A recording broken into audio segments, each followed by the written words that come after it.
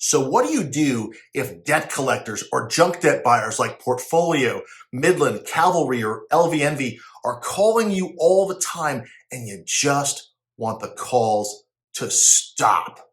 My name is Michael Wasylik. I'm one of the lawyers at Ricardo and Wasylik here in Florida, and together with my partner, Jason Ricardo, I help people just like you overcome debt collection with dignity. And today, I'm going to tell you how to make the phone calls stop without resorting to drastic measures. So are you getting phone calls from debt collectors? Tell us in the comment section below who's calling you, how often they're calling you, and what you have tried to do to make them stop. We try to answer every comment either in the comment section or with a video just like this. And in fact, this video is an answer to a comment we got. So this person commented, Portfolio Recovery calls me all the time and they served my parents' neighbor a letter about them suing me and then mailed one to my parents' house and they are still calling and calling. Now, this is a person who is getting hounded by debt collectors. And one of the things they want to do is make the phone calls stop. Under the Fair Debt Collection Practices Act, the FDCPA, there are two circumstances where a debt collector has to stop calling you, has to stop communicating with you if you know how to exercise your rights. Those two ways are, number one, if you have a lawyer about that debt and the lawyer has contacted the debt collector, they cannot contact you directly. They have to talk to your lawyer instead. Number two, you can send what's called a cease and desist letter, letting the debt collector know that it is not convenient for you to receive phone calls, to receive letters, to receive text messages, social media messages, or any other type of communication that you think is inconvenient. Let me talk briefly about both of those rights. Number one, if you hire a lawyer to represent you about a particular debt, they are not allowed to contact you directly about your debt. They have to go through your lawyer instead. So if you've already lawyered up and you're getting debt collection communications about that debt, the debt collector is breaking the law and you have a right to sue them for damages.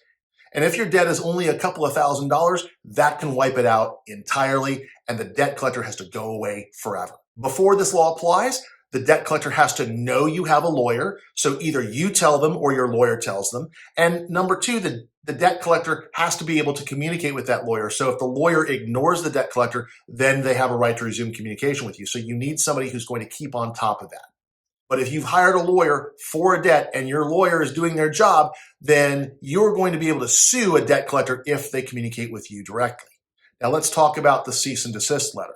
You have a right to tell a debt collector in writing, by mail, certified mail, return receipt is what we recommend. You can tell them that you can't receive a particular type of communication. Let's say it's not convenient for you to receive phone calls because you're always at work. Let's say it's not convenient for you to receive mail because maybe you're moving around a lot.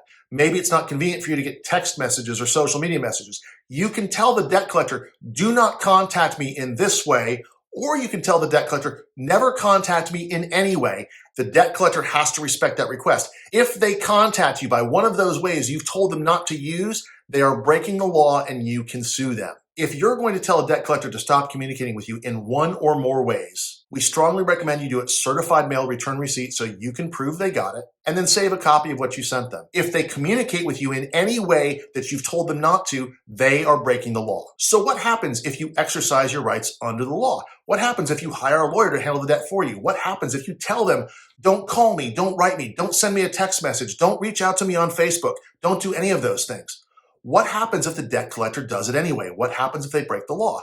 Well, then you have a right to sue them for damages. In Florida, you can sue them under the state statute as well as the federal statute. There's a state law and a federal law that apply. And if the debt collector breaks the law, they owe you money. And if your debt is under $1,000, $2,000, or in that range, then you don't owe the debt collector anymore. They owe you. You've just wiped out your debt because you know you have a right to sue. So if you want to learn more about how to wipe out your debt by finding debt collection violations, or if you just want to stop the calls and want to learn more about that, go ahead and follow the link I'm going to put on the screen. There's also a link in the description below. If this has been helpful for you, leave a like so I know to make more videos like this. Comment if you have any questions. We try to respond to every comment in the comment section below. And if you know somebody else who needs this, share it with them using the share button. Thanks for watching. I'll see you on the next one.